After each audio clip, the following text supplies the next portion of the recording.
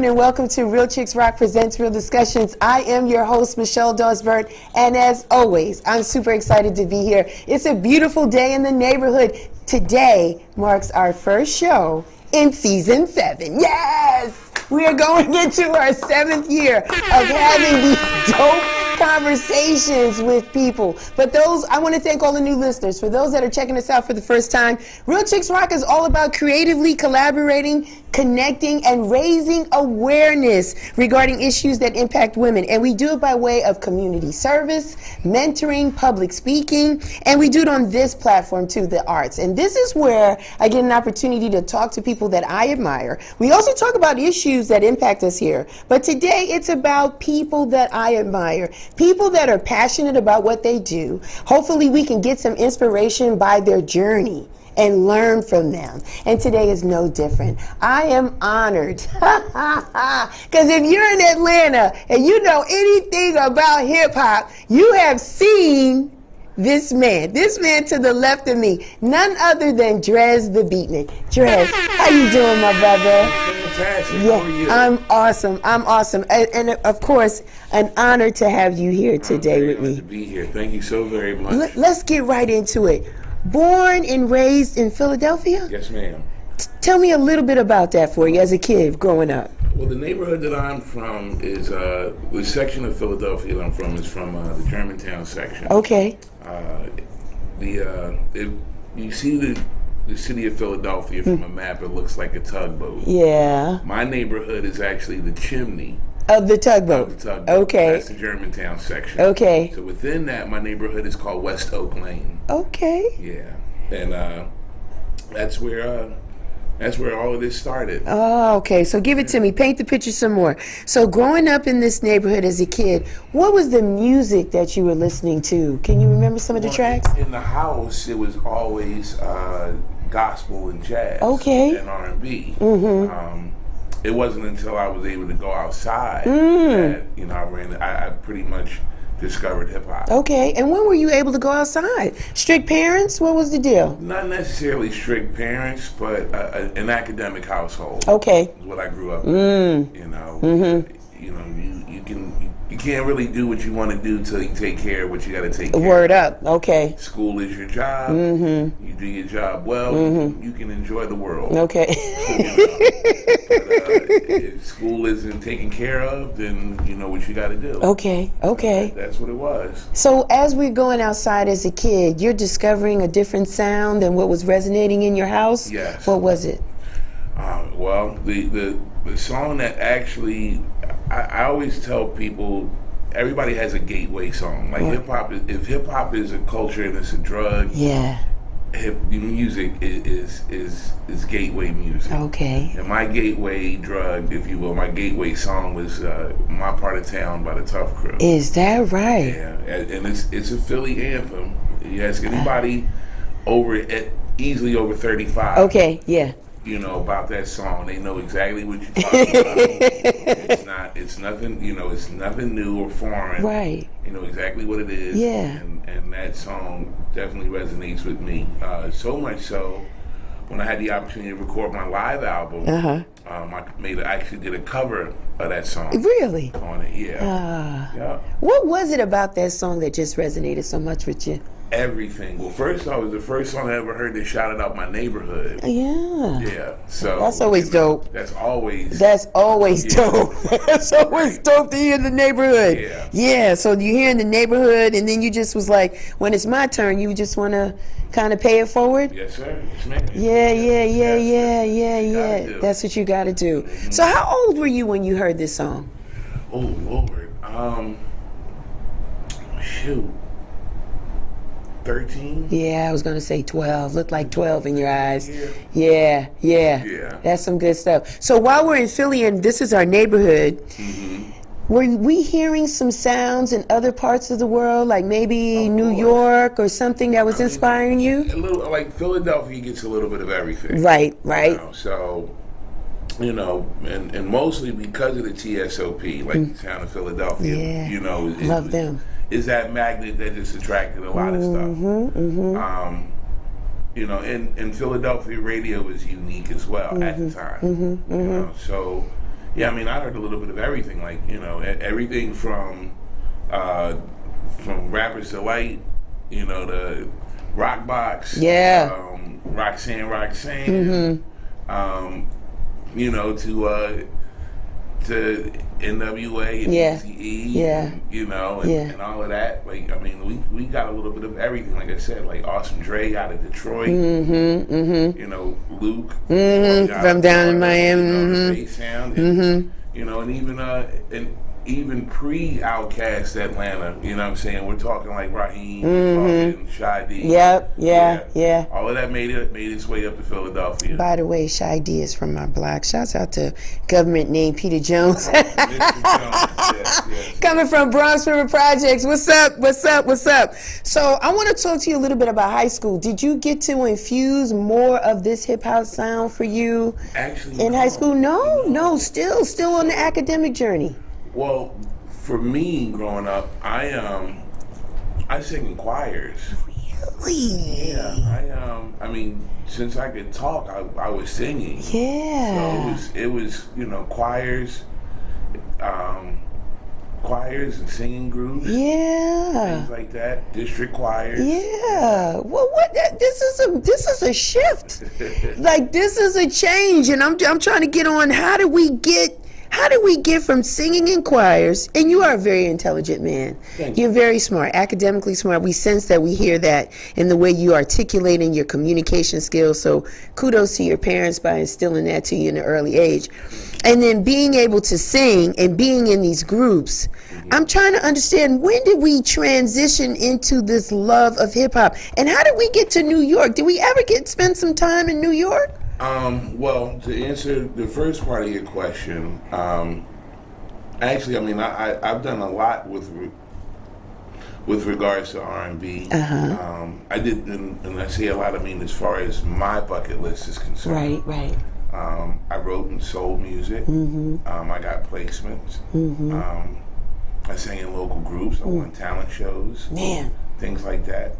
But as I started to grow and develop into my consciousness, I came to the understanding that R&B couldn't satisfy those urges. Understood. Those needs. Like, it's kind of hard to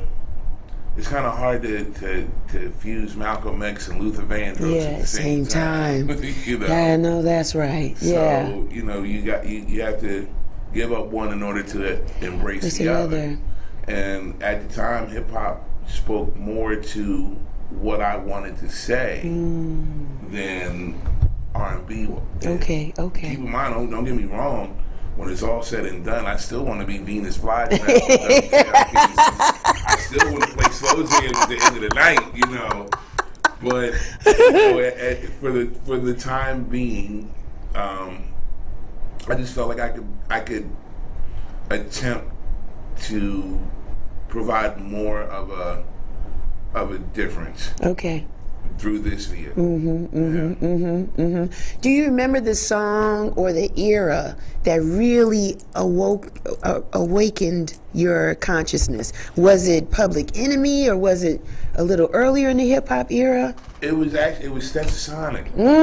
It was Stetsasonic. Okay. It was earlier than that, like Stetsasonic. Yes. And if I'm really dating myself and dating what I was exposed to, we're talking Douglas 3, the Lost Poets, we're talking Gil Scott-Heron, Brian Jackson, Almost Lost Detroit, like that was some of the stuff that was playing in my house. Okay. So to be able to hear that frequency and messages outside of home, and then also like late 80s, early 90s hip hop, when that fused with jazz. Yeah. It's like hearing jazz samples and things like that, and it's like I'm listening to this music, like, oh, that's blah blah blah. Yeah. I'm like, I'm not even worried about the songs. I'm identifying the samples. My friends are looking at me like I'm weird. I'm like, no, I'll be right back. I'm coming back with the record. Like, listen, this is it.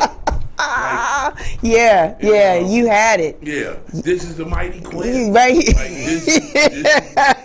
Like no, that's just leaders of the new school. Right, No, that's Ramsey Lewis. Wow. So I'm doing that. Wow. And, I guess I'm crate digging before it became Before it became a thing. Word up. Yeah, you were. And it's amazing because your fabric was already starting to be entwined just based on the R&B, the jazz at home. And then here's this thing called hip hop, taking it to a lot of James Brown being sampled, a lot of that. But the jazz side for us, honestly, was hard for us we was like, we like that. But if we didn't listen to it like you did in your house, we wouldn't have known. Right. So here it is. Yeah. So now you feel like you got a platform. Now you're starting to feel like this is a home for you. Yeah, like it started feeling familiar. Yeah. And the energy was right. Yeah. Like, it wasn't, get out of here. It wasn't. Right. That. It was very embracing. Yeah. To me, which, you fast forward 30, 40 years. That's the thing that's lost the most. That that all-encompassing history lesson. That's super important when it comes to any and every tradition. Oral, written. Yeah. And musical. Like, you need that. And right now, I hear a lot of cats in my generation becoming disgruntled old. Yeah, come on, Drez. Yeah. Like they give the energy they got when they were the youngins' age, and it's like, well, but you didn't share it. You didn't share it. So how can you be mad? How can you be mad if you were just selfish? And I stand on that. Yeah. Like that a lot of what our generation has in terms of issues with the new sound. Right. This is their time. This is the young This is their time. Yes. This is their time. A lot of the issues that we have is literally because we grew up as Reaganomics babies. 80s Reaganomics babies. We were selfish. Yeah, we were. I'm gonna get mine. You got to get yours. Right. And we wrote about that, And didn't we we? wrote about that. You know what I'm saying? I got mine. You got to get yours. Yep. So yeah, and we did ourselves a disservice in that regard because now there's a gap. Yep. And people feel that they don't need to know bars or know the origin. They're just here to do it the way they feel they need to do it, express themselves, and get the bag. And then when you watch other cultures embrace the culture, the way, by the tenets that were laid down. Like I see it all the time. All the time. I see plenty of non-people of color that love it. Break dancing. Love it, respect it, honor it. Yeah. Collect it. Yeah. Know it backwards and forwards. Dressing like us. Yeah. It's not even a dressing thing. I'm talking like deeper than that. Yeah. Like the rabbit hole goes super deep. Ooh. At this point, we can easily say that a good 70% of this culture is supported by white people. And not just on a corporate level, on a consumer level. Today. There are more white people that could quote Lil Baby. But we can't talk about that. Yeah, you could talk about it. No, you could talk about it because you're hitting on all cylinders. Because that's a deficit. And so, Drez, what do you think we could do or should do to bridge that, to course correct that if possible? Well, I think one of the things that we need to do is actually make smart the new cool. Okay. It's okay to be smart. Okay. And make it okay, like normalize being intelligent. Yeah. Like, can we do that? Yeah. Normalize other ways of going to get the bag. Like, we all don't have to be rap stars. Right. I mean, hell, there's still plenty of room for vocational. Yeah, yeah. You know, there's plenty of room for tradesmen. Right, Everybody don't have to have a white collar. right, right. You know, Right.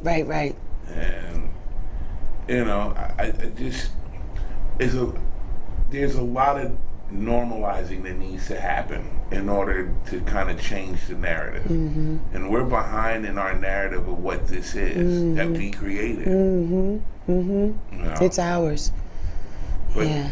you know, we forget it. Yeah. I mean, like right now, this culture is being led by a generation of what I call suburban poetic black nerds that were raised by black parents who were one foot out of the ghetto. Yeah. One generation out of the ghetto that wanted their kids to have better than what they had. Right. So they gave them everything, but never gave them the sense of value. Wow. You can't. You know, you got to earn this. What you mean, earn it? Yeah. Earn it. Earn it. I came out of you. Yeah. You're supposed to give it to me. Right. No, you gotta earn it. I don't understand this earning thing. But I'm great at Xbox. I know. I don't know this earning thing, but you understand? I got 1 million followers. Right. Yes, it's a different thing. It's the generation of the shortcut. Everybody has a shortcut or a cheat code to get to the bag now. Yeah. And while that might be a great thing, I mean, you know, I applaud the ease of getting it. Right. However, there are no shortcuts to the bag. Right. Or sustainability. Right. Sustainability is important too. No. Man, you dropped something there.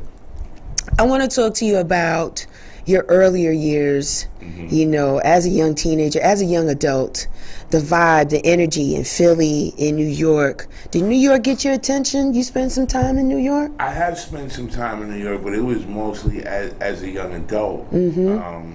Like, for me growing up in Philly, it was not just about having bars, it was also about being able to dance. Right. You know, like we had all facets of the culture. Yeah.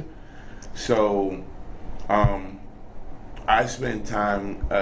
There's a particular point in my career where I was at Def Comedy Jam. I saw the clips. You know, and I'm proud of that. Yes, you know, and you were pretty good too. I did that. That was me. Yes. That was nobody else. Yes. So, you know, that got me to New York. Yes. Yeah, and you know, I spent the summer in Brooklyn. Yeah. Get open minds to a whole lot of other things. Yeah, brother. Yeah. And that was like in between here and coming back here. Like I had just left Clark Atlanta University. Okay. I went back home to Philadelphia. I transferred to Temple, and I was right before my senior year. That summer, that's where my New York experience happened. Gotcha. And that ended. I went back to school, finished my senior year, Good. and got a job back here in Atlanta, which brought me back. So that was your tri-state area. Yeah. Atlanta, New York, and Philly. That was your tri. that was my try. That was your tri-state area doing that. Good for you. Congratulations on finishing. Thank you. Because oftentimes people don't. They start with good intentions. They don't finish. That one scene with George Stanford Brown and Kid on House Party 2, he's like, you know, when you leave, you never come back. Right. Oh, that haunted me. That haunted me. I was like, no, I gotta, you know, because Kid was like, yeah, well, don't worry, you know, get the money, I'm gonna come back. And he was like, son, everybody says they're gonna come back, but nobody ever comes back. It's like, fuck that. I gotta finish. Woo. When I started. You know, and you know, you being in Brooklyn, I saw your eyes light up when you said it opened me up to some things. Because now it was like you're in the pinnacle spot in the time and everything. Hip hop's on 10. Right. It's Flatbush. You know, you can't. Woo. Right. I'm literally like right off of Flatbush on Lefferts. Yes, you're in there. Yeah. So it's like you get to see. For me anyway, like I'm seeing the things I've only heard in the music. Right. You know, so it's like, wait a minute. oh shit, that's where blah blah blah. Right, and right, that's this, right. And that's that, and there's Yeah, this, and there's it's real life. like, oh, these are actual places. Yeah. And it's like, oh, now the dots are connected. Yes. Now I see why it's a thing here. Yeah, yeah. Like the way it hit me when I heard my neighborhood shouted out on a song. Yeah. Imagine every song Talking about Brooklyn. talking about where you're from. Style, whatever, yeah. Right. Yeah. Every song from every rapper Yeah. talking about where he you're from. Queensbridge. Right. Everything. Hollis. Everything. Oh, okay. Yeah. I get it now. Yeah, yeah. I get the alleged arrogance of New Yorkers. It's like when you telling me my shit's the best. Yeah, ever. yeah, Like, yeah. I gotta walk. Yeah, around you gotta with that. walk with him with the And Timbs how on. high- With the Timbs on, Yeah. yo. With the Timbs on. So I want to talk about Drez now. You've gotten this vibe, this energy in New York. You come back to Atlanta. How did it percolate for you? Did you feel like, listen, I feel like this is a lane, or did somebody step to you? How did you become this icon that we know today? How did it start? I got pissed. What? At what? So I got back here and I started working for this market research firm. Okay. My degree was in marketing. And I had every intention of taking this job and, and doing the 30 years and Okay. retire with the watch and pen, Right, and, right. the wife and kids and a house out in Ellenwood. Right, and all right, that, right. I had it all. Yeah, figured mapped out. I had it all mapped out. Papa was not going to do the Buckhead thing. Right. Me and the West Side don't do too well. Me and the South Side, it's foreign to me. Yeah. I know the East Side. Yeah. Let me just go ahead and set up shop here. I'm gonna do this here, like on the DeKalb side. Yes. Of Yes. Ellenwood. Yes. Not the Henry side. Not the Henry the side, Clayton not side. Clayton, but Right. DeKalb. DeKalb. I knew I promise you, I knew I exactly know. where it was happening. And so, what ended up happening was I was doing a lot of great work for this company, or what I thought was great work. And when the time came to ask for a raise, what ended up happening was it was, we want you to stay and train somebody. Okay. Not a problem, cool. What do you want me to train them to do? Well, we want you to help train them to lead the team. I've been here. Right. I put in to lead the team. Right. Nobody else wanted to do it. I'm here. Right. I've already been trained. Yeah. Why are we bringing in somebody new that don't know anything, and then you're asking somebody to train them to do the thing that They've already already know? Exactly. Yeah. So it felt insulting. It was. After a while, what ended up happening was just after taking offense, being upset about it, calming down, and trying to look at it objectively and see it for what it is, I came to find out that there was a line of nepotism involved in it, and that's what took me over the top. It's like, oh, it's not just training this person. This person happens to be blood of the number 2 of the whole company. I'm out. Yeah. I'm out. So I went and filed a lawsuit, and I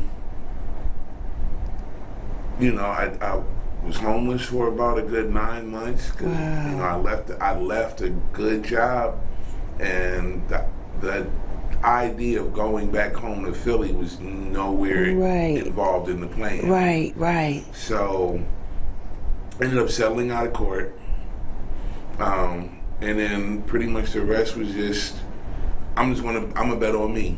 Okay.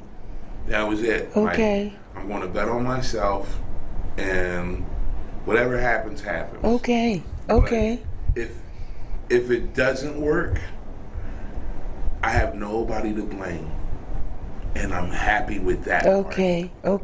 Like I'm not in it to be rich. Right. I'm not in it to to be Scrooge McDuck and swimming in money. You know what I'm saying? It's not about that. You know, I have a, you know, I have a discipline to myself, and I have a plan. It might not make me the most attractive man on the planet, because, you know, sometimes a man with means is pretty ugly. He's a pretty ugly dude. Or not well liked. Yeah. So, you know, what ended up happening, like I said, I just bet on myself and put everything into what initially was a crew I started with my best friends, my day ones from home, that turned into my college thesis. And that was Four Kings Entertainment. Okay. And I found some good people down here, and brought the idea to Atlanta, and just needed a couple hands that, you know, were willing to get dirty with me. Okay. And you know, I found them, and we did a lot of great, phenomenal work as a collective. And that's, you know, that was 97. That was actually April 4th, 97. Wow. Which is, in Atlanta, a crazy day. Yeah. You know? I remember somebody had written about it, said, writing about the company, it said Atlanta had to lose one king in order for four kings to rise. And I thought that was poetic in and of itself, because I had never thought about it that way. Like, that was the day, you know, we lost Dr. King. So, and then, you know, the whole, you know, synchronicity of number 4, and you know, and again, a whole nother rabbit hole. Astral, you know, geometry and all of that numbers, stuff. So, power of the numbers and what it means and all that. Yes. So now you guys are just doing things here in Atlanta. We're doing the things that we haven't seen. That was the whole point. Like, the whole idea was, if you haven't seen it, suggest it. Okay. And then we'll find a way to make it happen. Okay. It doesn't matter what it is. Like, I was that hungry for ideas. I hear you. Like, I don't care what it is. If you've never seen it before, right, it has to be that. This is hip hop based. You gotta have style and learn to be original. Right. Everybody's gonna want to diss you. Right. You can't bite nobody's style. So if you've never seen it, that's the right thing to do. So with those marching orders, that's where the Dread Poets Revival came from. That's where Realm 4 came from. That's where Fight Club came from. Like, all of that came from us not seeing it before. You know, but having just enough familiarity where it's not scary to people. Right. Like, oh, I've seen that before, but I haven't seen it like this before. Which brings me to what I'm currently doing that I'll discuss with you. You know, like, that started with a whole nother conversation. Actually, that started with a conversation in Detroit. How did it go? So I'm talking with some friends of mine, and this is like after Art Beats and Lyrics, and we got to talking about producers, and of course we're in the home of perhaps the greatest hip-hop producer that ever walked the earth. May he rest in peace, Mr. Yancey. Yeah. You know, Jay Dilla. And it's like, well, you know, have you ever seen or heard of a female producer? And everybody's like, well, yeah. I'm like, in hip-hop? In hip-hop. And then that starts a whole conversation. Now, the conversation started with just 3 people. All of a sudden, 3 people turn into 5 people. 5 people turn into 8 people. 8 people turn into 16 people. Right. 16 turn into 50 people in a restaurant in under an hour. Wow. So everybody's throwing ideas across the room. Pardon my language. And I'm sitting back and I'm watching because I know what I did. Yeah. I just was like, yeah, here's a knife. Handle it yourself. I knew what I was doing. So, y'all fight it out. Yeah. And I watched them fight it out, and I'm sitting here and I'm looking and I'm watching, I'm looking.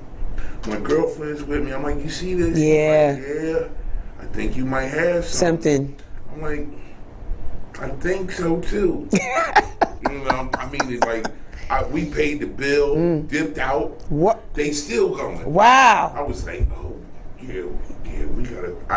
As soon as we got back to the hotel room, I started writing it up. Okay. So, I'm like, yeah. So the idea turned from a conversation to let's produce an all-female producer battle. Yeah. Like, Yeah. we've never seen it. Never. Like, we've seen the ladies come in to beat battles. We've seen that. I think all of y'all have seen it. But, and it's a boys club. Yeah. I hate calling it what it is, but that's what it is. What it is. Boys club. That's what it is. So the idea was, since we've never seen it before, and this is how we operate, let's kick the boys out, or give the boys popcorn and have them sit in the seats. Right. Have them sit in the bleachers and watch this. Because I'm sure, I'm more than certain that they're, and when I say hip, I'm talking hip hop, not rap. I just want to make sure I clarify this for some of y'all. While I love Missy Elliott, Missy makes R&B and pop music. And without Timbaland, there's no Missy as a producer. Okay. It's on the So, table. right. Okay. Feel free, call in. Text in. Whatever you want to debate with, feel free. The lines are now open. I don't even know what the number is. Go to Real Chicks at Instagram. Feel free. There you go. Yes. And drop your questions and comments and concerns. Yes. And also, Sylvia Robinson of Sugar Hill Records was the original Puffy. Yes. You heard heard it here first. Yes, so that's two names that are automatically disqualified from this conversation. Wow. Everybody else that you named, I'm speaking about female producers on a Pete Rock, Primo, Dilla, Madlib level. That's what I'm talking about. Oh, that's heavy. That's what I'm talking about. That's heavy. So, and the time has come. Yes. Like, they're out there. Yeah. I put the question out on my social. The suggestions that came back, I'm sitting here like, oh, these broads can burn. I'm like, this is going to be fun. Like, this is going to be fun. So now it's, how do I put this together? Yes. Because they all don't live here. Yeah. They all don't live here in Atlanta. Right. However, we do have the world's busiest airport. Yeah. Ain't nothing to fly here. Yeah. So let's figure out how to make it sweet enough for everybody to want to book a ticket and be here, a hotel room and be to come here. and compete. Yeah. So that's where I'm at right now. Okay. At least they answered the call. Yes. Because we you asked me and I was like, I don't know. You know. Right. Because nobody thinks. Nobody's thinking about it. Right. Yeah. Uh-huh. Yeah.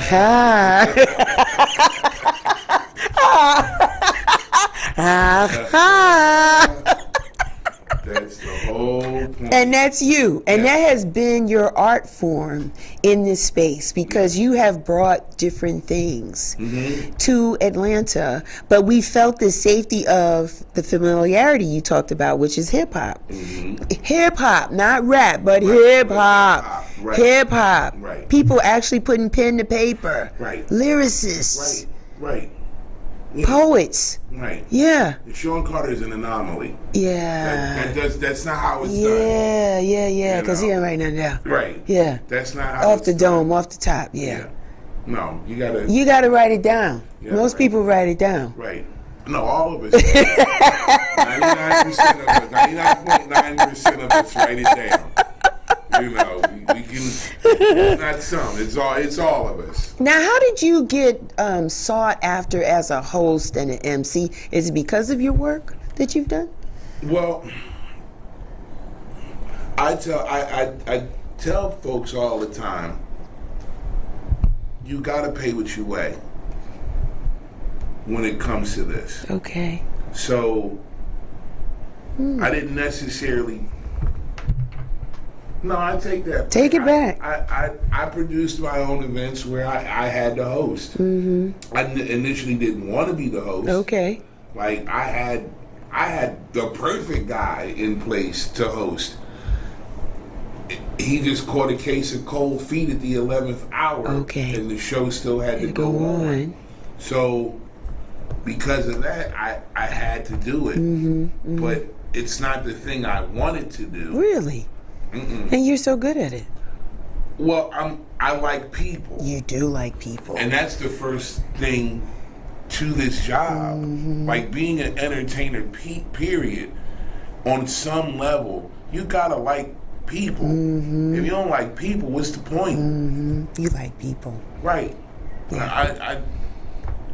I didn't get in this on some egotistic, narcissist level. Mm-hmm. Like I actually like people getting to the same destination at the same time.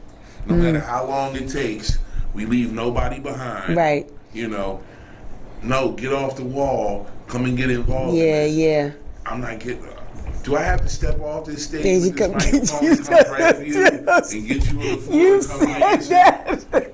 I see you host when KRS-One came to town. You were like crowd participation, involvement, especially when the DJ is spinning. Like you're working. Ain't no strangers. Yeah, no strangers here. We had the best time at 595. That was awesome. This is our house Yes. of rejoicing. Yeah. You know, we're not here to worship. We're here to just fellowship. Yeah, So, yeah. everybody's got to get them. Everybody has a job in this little microcosm that is this show, Right. this event, this moment. So if you're not doing your job, and I see that you're not doing your job, yes, I'm going to encourage you to do politely, respectfully. Yeah. To do your job. Yeah. Do your job. You spent your money, like, bro, you're not getting it back. So, like, if you have a messed up time, that's on you. I just don't need you going home talking shit. Yeah, right, Like, yeah. I went to this event. It was whack. It was whack. Yeah, no. You were whack. Because you didn't sat on the wall all the day. whole time. Right. You got dressed up. Woo. You went and bought expensive cologne. And sneakers. And sneakers. And threads. Yeah. You got in your car. Yeah. You paid for gas. Yeah. You used the GPS to travel across town. You paid for parking. Paid the cover. Bought alcohol. Only to sit And be miserable. wall. Yeah. Be miserable. Yeah. Shame on you. Shane, come on. I've seen you defuse situations at A3C, especially when Nas came that year. Yeah. People was getting a little tense.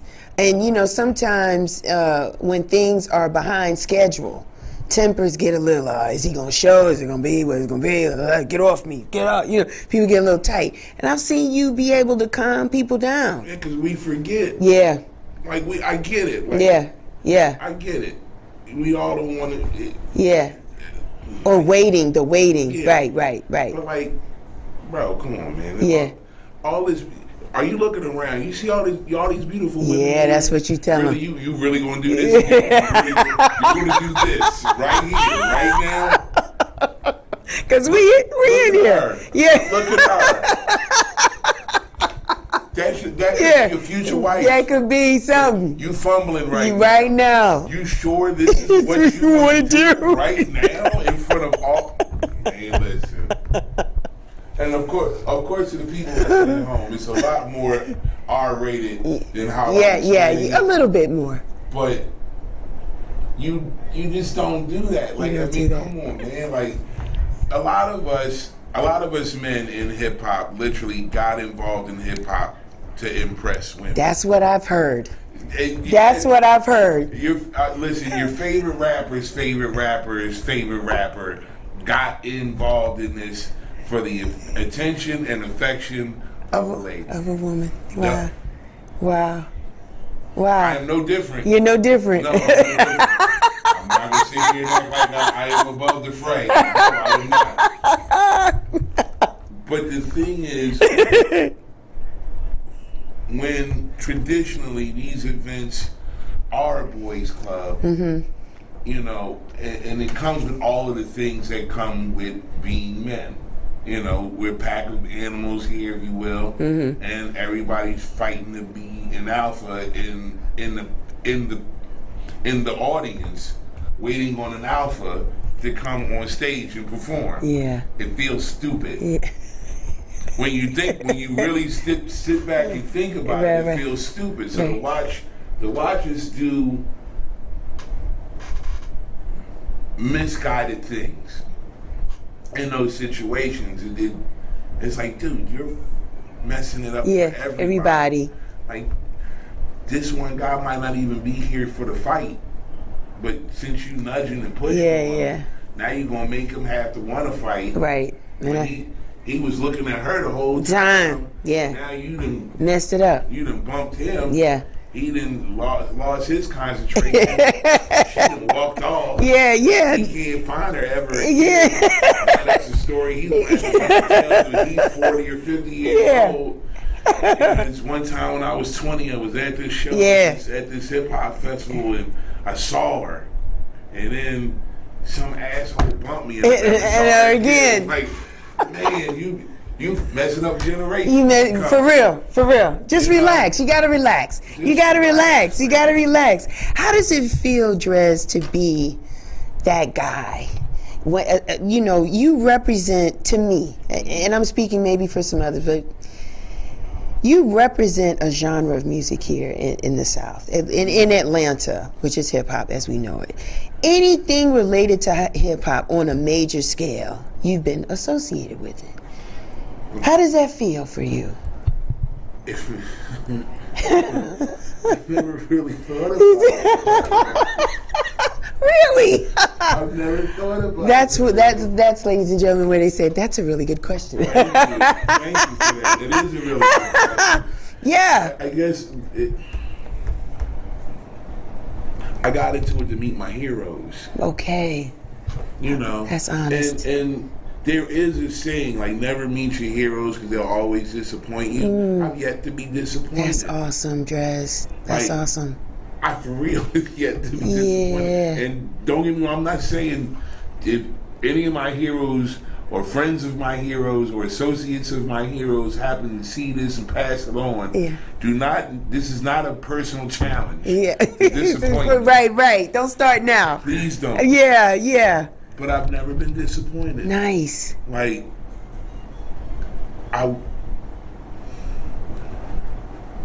think for me, I want to be around the things that keep me young and believing. Like, I can't front. I have a mild case of Peter Pan syndrome. Like, I always want to be a kid. Yeah. I adult. Okay. Don't get me wrong. Yeah. I'll adult when I have to adult, but for the most part, I remember what it's like to go to park jams. I remember what it's like to watch a DJ spin at a block party. Yes. I remember what getting cardboard. Yes. I remember going to the corner store and getting a plastic milk crate and hanging on the back of a light pole to play basketball. Come on, Drez. Like, I remember watching girls cheerlead in the street and double dutch and play Scully. Yes. I remember these things. So, like, my deal for me is to always get as close to 73 as possible. That's how I want my events to be. Okay. That's the energy I want to be around. And when you meet me, that's what you're meeting. And that's me 24/7, 365. I'm not trying to be nobody else. And I don't want anybody else trying to be me. Gotcha. I know I'm a one of one. I absolutely know. Who wears this Yeah, follow the hat. all year round? Yeah. This is wool. This is double Yeah, wool. double wool. I see it. Yeah, You know, it's two and it's right. double. Follow the hat. But it's this thing, like I said, for me, it's about meeting my heroes and keeping my heroes encouraged. Right, right, You know, right. like, I'll give you a perfect example. The first time I got to meet Ghostface Killer, right? Yeah, Been a fan since '95, Right. usually since the wool came out. Since the Wu came out. Right, right. So the first time I get to meet him is like 2008. He's playing a concert. I happen to be hosting. I got to keep time on the stage. Production's running, starting to look like it's about to run a bit behind.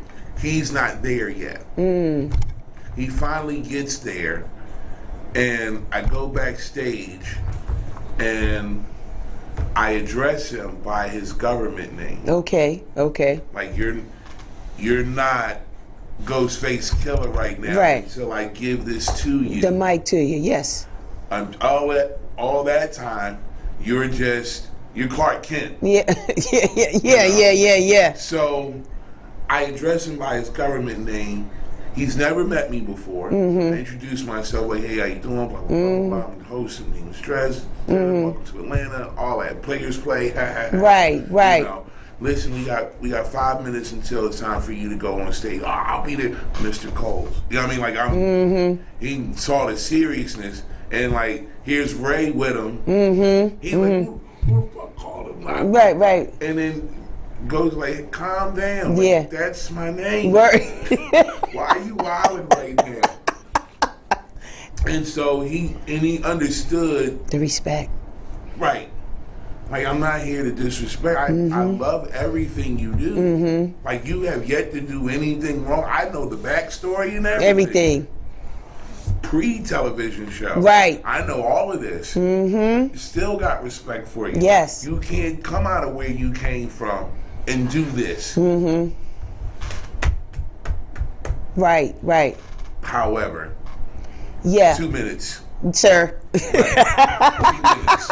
Sir. You're not gonna mess up my stage. Like, I've never had a show run late to that point. You're not gonna be the first one tonight. Wow. Not tonight. Wow. So That's why you get the business. 1:30. You got a minute 30. Yeah, What do we need to have out on stage for for you. I guess if it's on my right, okay, cool. Whatever's in the right, it'll be out on the stage. Let's go. Hume, let's go. Wow. I'll be right back. 15 seconds. Here Yeah, you go. yo. 1, 2, 1, 2. Cool. Boom. Take off. Yeah. Wow. He's done. The road manager is like, who's this guy? And the person paying was like, yeah, that's Dress. Fuck is a Dress? Right. You know, it was that. Who Yeah. the fuck is a Dress? Yeah. And it's like, that's the guy that made sure you got paid tonight. Right. Come through. Right. This wasn't a pull on the situation. This is work. This is work. Right. Wow. And he had to remind the road manager, like, this is work. Yeah. And he's here to work. He's not here because he likes you. Yeah. He's here because he wants to see you win. Yeah. And he told him that. Yeah. And I didn't know that until like hours later. But yeah, I told him, like, you're here because you want to see him win. I'm like, yes, I want to see him win. I love his work. Right. I want to see him Win. Absolutely. So, it's those moments Yes. that make the job worthwhile. Okay. And I don't always get the call. But I'm honored when I do get Yeah, the call. yeah. You know, if it was up to me, every show from an artist that recorded from '83 to '90 to '96 that came to Atlanta, I'd host. I would host them in concert. Yeah. I don't give a damn. Yeah. Like, it could be, Rob Bass with no Easy Rock. I'm doing it.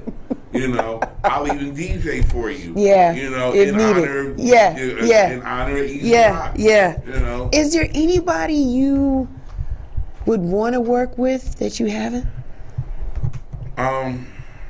Because I say that because for those that don't know, listen, you worked with a lot of people. Yeah. Coming through Atlanta, the Pete Rocks, the Wu, Nas, KRS, the list goes on and on and on. So is there anybody that you would like to? There's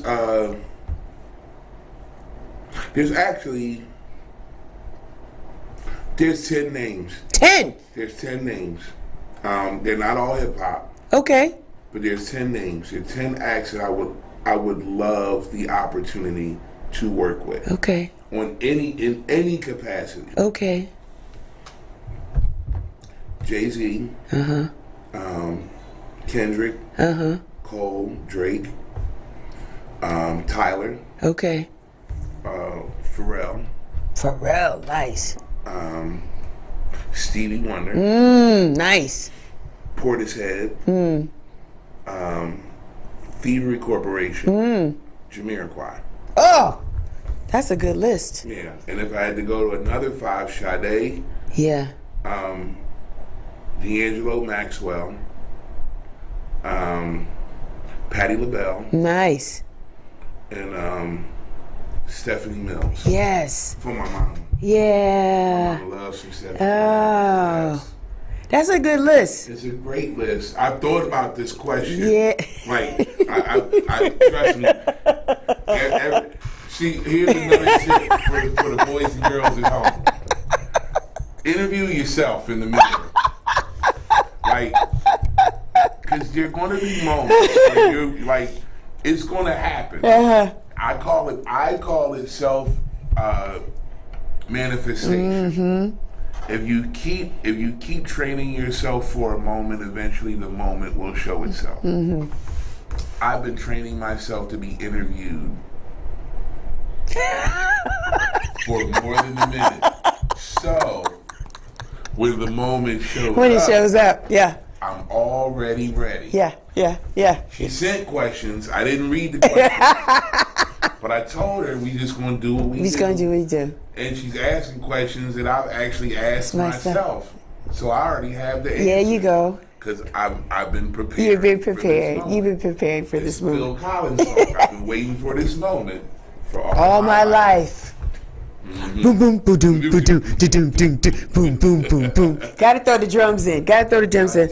I was honored to be on the same ticket, if you will, at Centennial Park when they had the Wednesday night wind down, and you were hosting, and I was honored because my brand was just a part, and my DJ played, and it was just great, and again to see you in your element, to see you liking people, reaching out to people responding to you, is always a good thing. And I was like, he's really good at what he does. You're really good at what you do. I want to talk about how you've been feeling. Okay. You look great, but I know there was a season and moment in time that we as a community, we were concerned about your health. How are you feeling these days? Well, I'm actually still in that season. Are you? Okay. Yeah. I am living with chronic kidney disease. And currently I am on dialysis 3 times a week, 3.5 hours a session. Wow. And I am also on the kidney transplant list. Okay. So I am, I guess, considering, I'm in the best health I've ever been considering my situation. But I am continuing to maintain my good health while I'm being patient, waiting for an organ. Okay.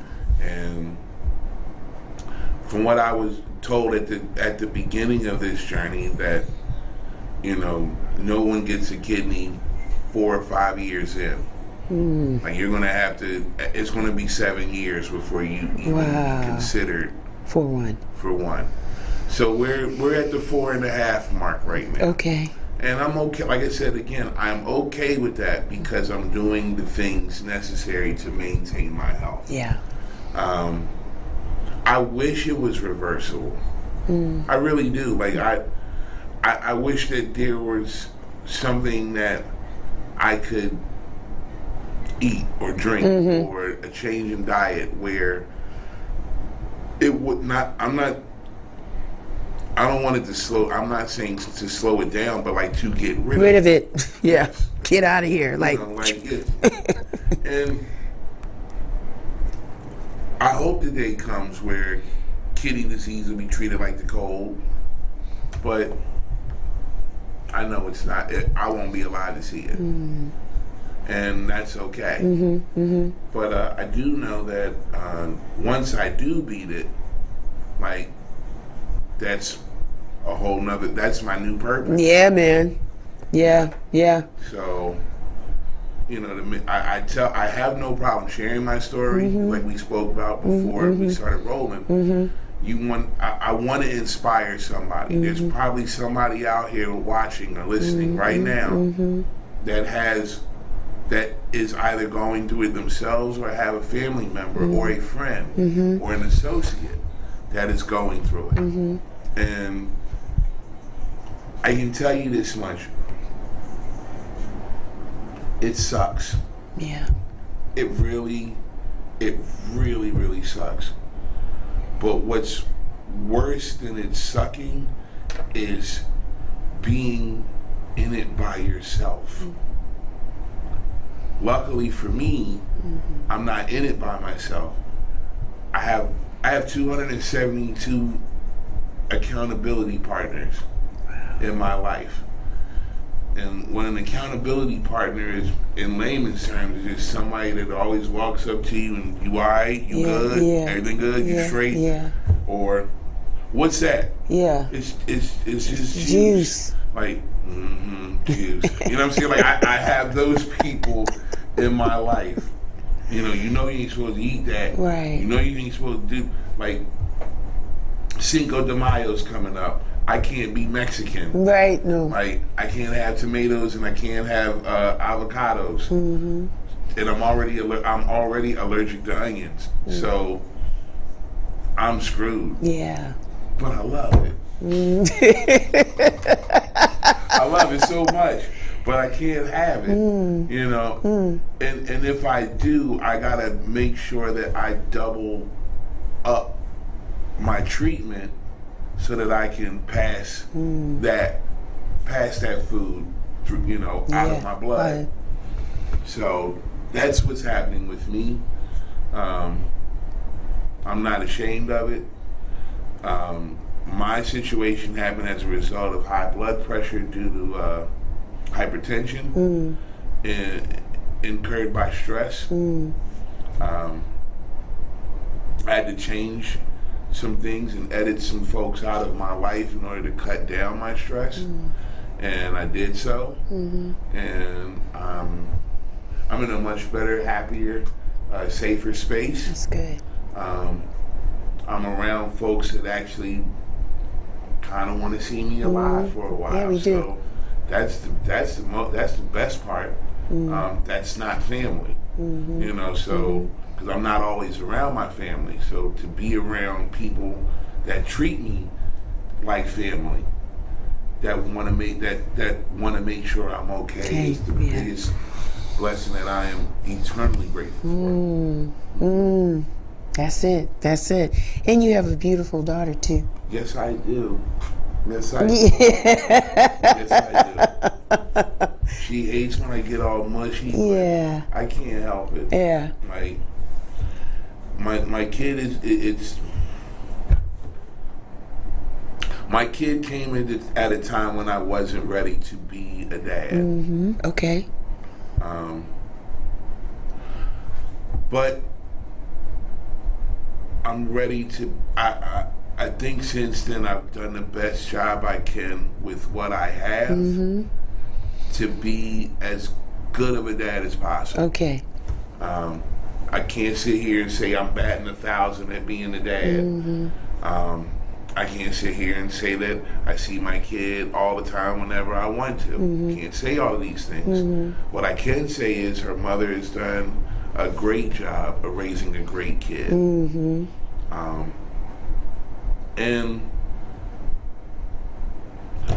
while it may have it may have brought about certain tensions, I've been completely honest in who I am. I had just started doing this Dreads the Beatnik thing when I became a dad. Yeah. And it was this, I told those that needed to know, I'm walking on a much bigger purpose to a much bigger calling than what you're asking me to do. If that makes me the devil, then that makes me the devil. But I know my cause is righteous, if you will. And I'm being completely transparent. If you still choose to walk this path, I'll be here to support you as best I can. I have all the time in the world. I didn't get into this for the money. Right. So if that's what you're after, I'm going to disappoint you at every turn. Right. But if you want my time, shit. You know, please take it. You know? And that's the Sagittarius to me. I'm going to be completely, bluntly honest. Even to the point where it might hurt me, but it can't be. He lied. I don't want to be a liar. Right. I don't want that to be on my epitaph. The nigga lied. He owed me $20. You know what I'm saying? Like, I don't want it to be that. I don't want that to be the thing that, you know, I want my funeral, my homegoing like celebration. You know what I'm talking about? I don't want it to be like this whole celebration. Yo, that dude was nothing. One dude hold up the wall. He got all dressed up and drove all the way across town to come to this funeral with all this free liquor, just sitting on the side, holding up a column, talking about something. I'm having a horrible time. I'm like, no, that's not what we're doing here. That is not what we're doing. And that's how Andre's life is much like his career.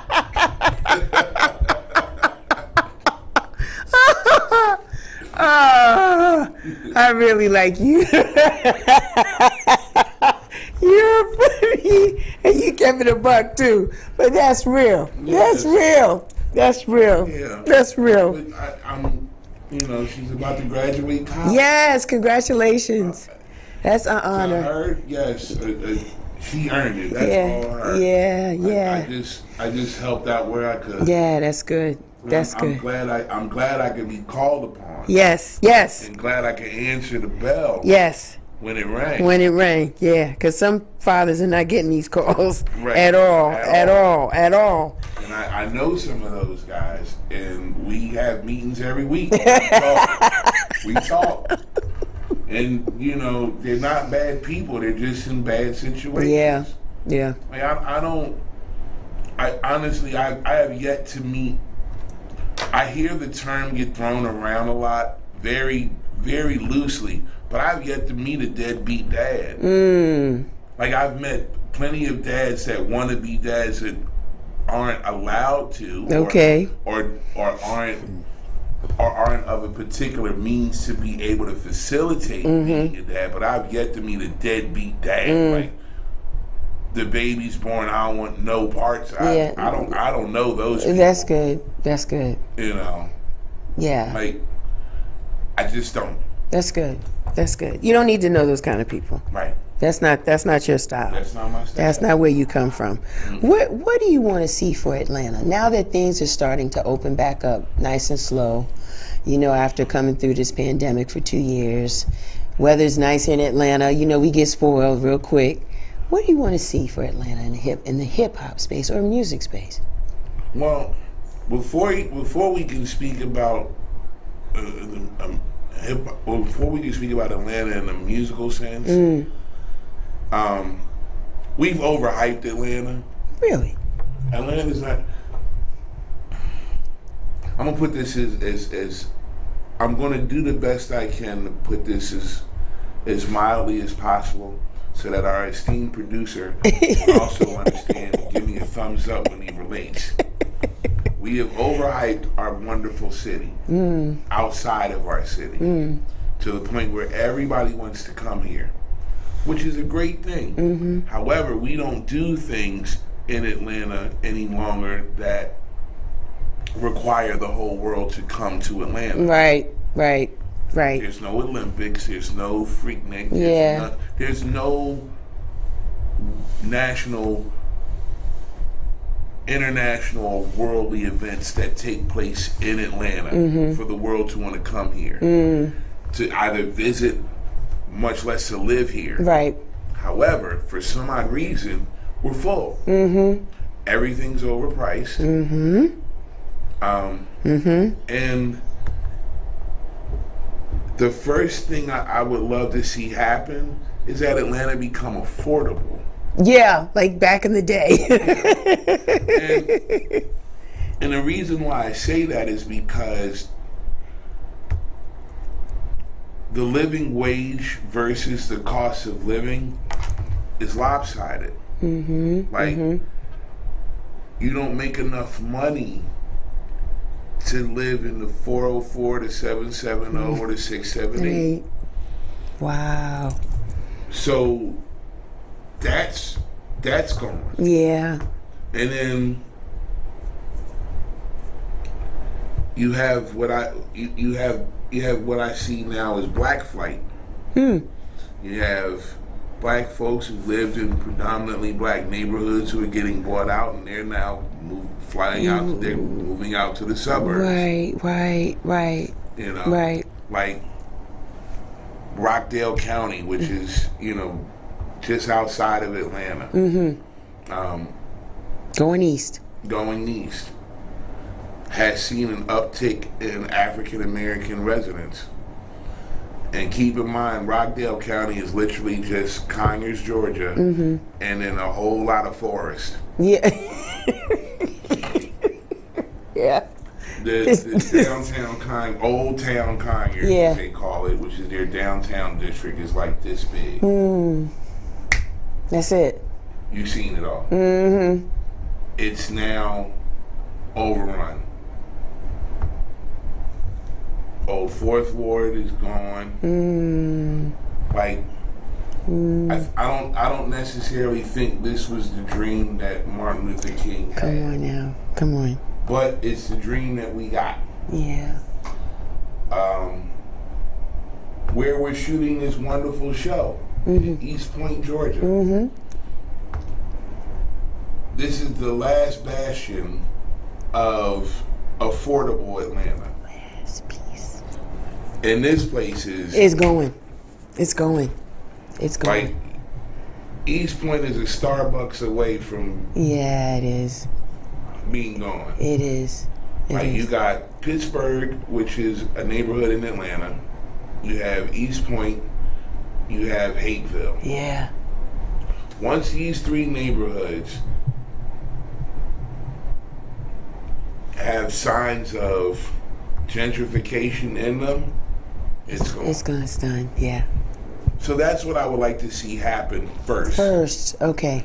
So once that happens, then we can concentrate on making the urban experience better.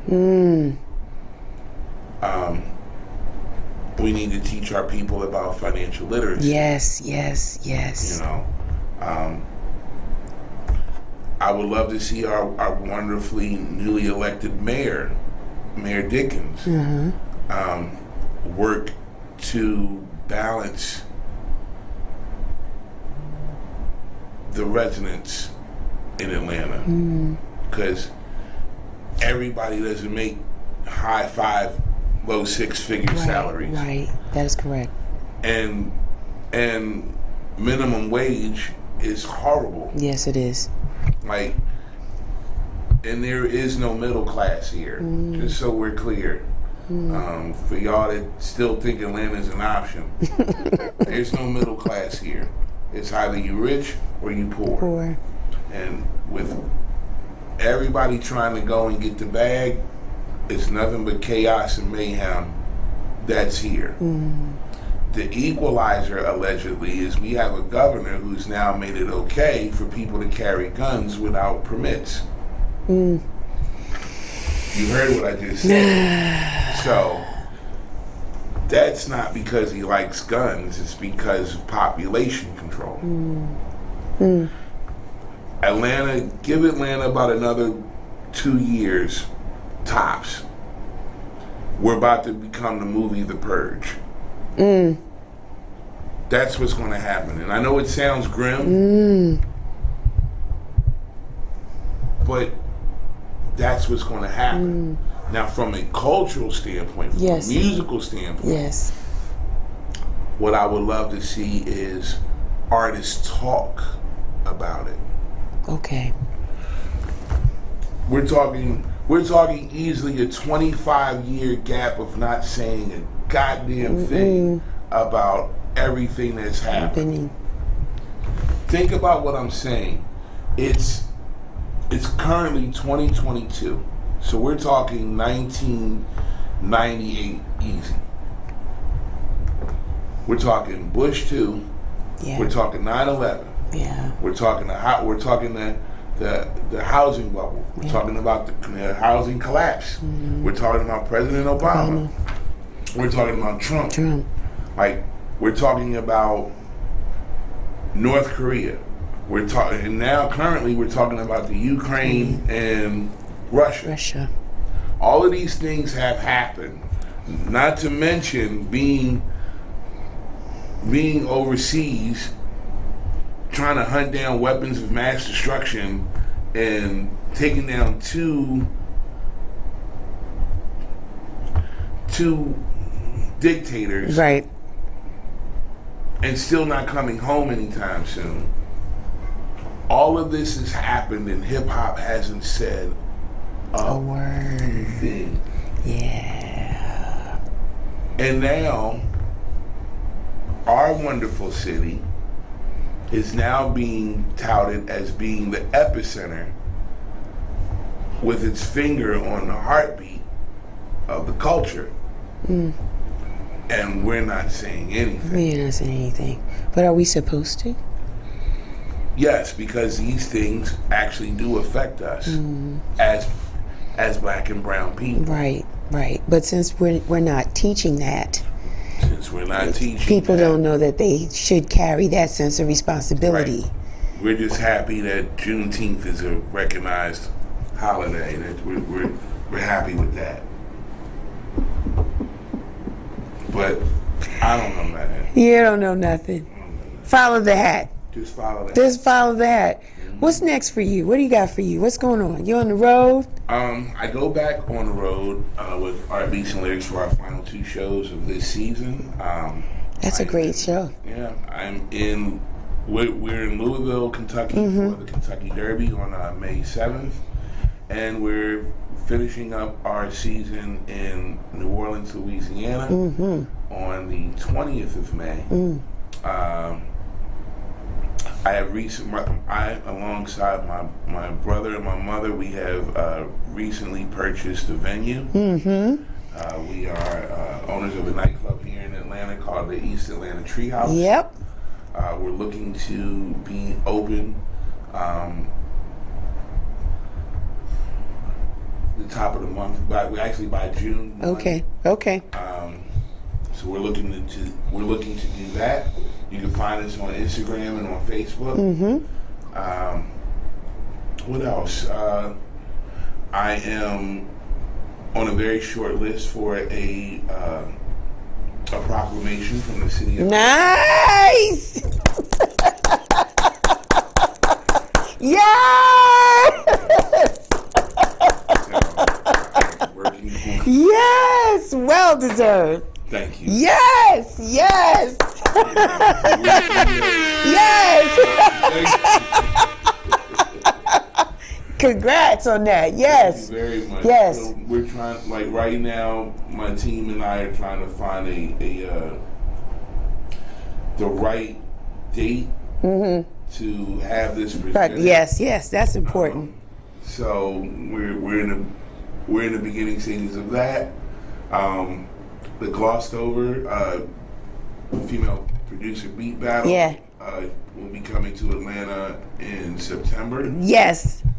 I'll be there. Yes, and Real Chicks Rock will definitely Yes, be yes. one of our wonderful sponsors. Yes. Thank you. Yes, yes. And what else? Do you have a book in you? Not yet. Okay. Not yet. I'm starting to get into storytelling. Yes. Yeah. So what I'm doing right now through my social media is actually I'm crafting my voice. Okay. Okay. So I do have a book in You me. do have a book in you.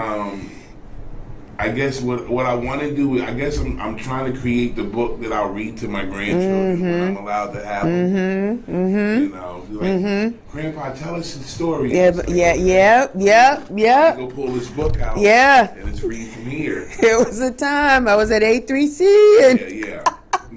or I was backstage and it was da da da da. Yeah. So it's I'm on a fact finding mission. Yes. At this point, so anybody that happens to be out here watching and listening, that is familiar with me and who I am and what I do, if you happen to have any footage, photos, Awesome. video, Awesome. audio, anything, Okay. please send it in to Real Chicks. Yeah, please. I got some I'm gonna give you. So Yes. it can get sent to me. Yeah. And that's pretty much about it. I think. Oh, and we'll be producing Reggae in the Park again this year at Piedmont Park this year. So August 13th and 14th. Tickets are available now. And that's actually ATLReggaeinthePark.com. It's a website. Nice. And also, I no longer work at MJQ. I've been a couple of folks that have approached me and asked me when I was coming back to MJQ.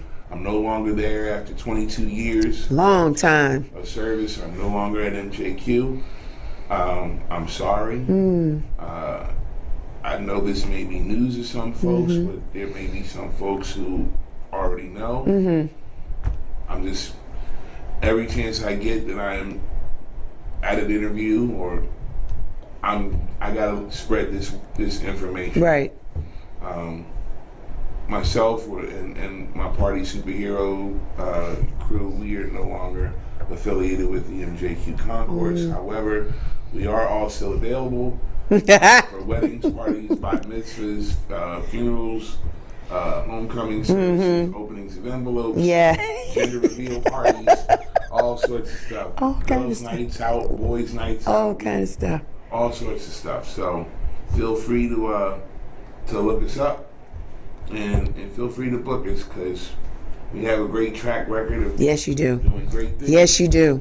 We know how we understand the assignment. Yes, you do. Yes, you do. How can people find you, Drez? On all things social media, it's at Drez the Beatnik. Yes. It's DRESTHABEATNIK. Yes. And right now, I mean, that's it. Oh, and also, there's a concept that is being developed now, which will be executed hopefully by the end of the year, called Organics Fest. We're bringing music culture along with African American sustainability to the forefront. So we're talking farm to table, we're talking financial literacy, we're talking I want to be a part of health and that. wellness. Yeah, we could talk about that. We're talking about all the things that will help us stick around and not just have neo-Africanism or Come on now. neo-futurism be a thing that you only see in Black Panther. Right. We want it to be a real thing. Yes. And in order to do that, we got to actually be there. So It's awesome. we're working with a lot of wonderful vendors. That's awesome. That are great at what they do. A lot of wonderful speakers, and trying to get everybody together so that we can go ahead and dispense this like that. information for us. Yeah, count me in on that one. Yes. And that's it. That's community. Yes. That's community. That's culture for certain. Yes. I love it. That's very Clark I Atlanta. love it. Yes, it That's very Clark Atlanta. is. Yes, it is. Service. Yes, ma'am. What a wonderful person you are. Oh, stop. Thank you. You have a great timeline. Everything that you've done, you've created such a positive impact for the culture here in Atlanta because you love what you do. Yeah. And the mere fact that you respect and you're honored just to have people in the space with you, and you've always been professional and you love people and people respond to you. So thank you for being one of the few people here in Atlanta that has continued to bring a positive light to the city. Thank you. That's really nice. You are a legend. You're iconic. Yeah, I'll stop it one day I'll stop, but not right now. But that's my time, everybody. That's my time. Real Chicks Rock, you know us. We are everywhere. We're on Facebook, Instagram, Twitter. Go check out our website, realchicksrock.com. And Drez would know this one. My person I loved so much when I was a kid, growing up on the radio, Frankie Crocker in New York.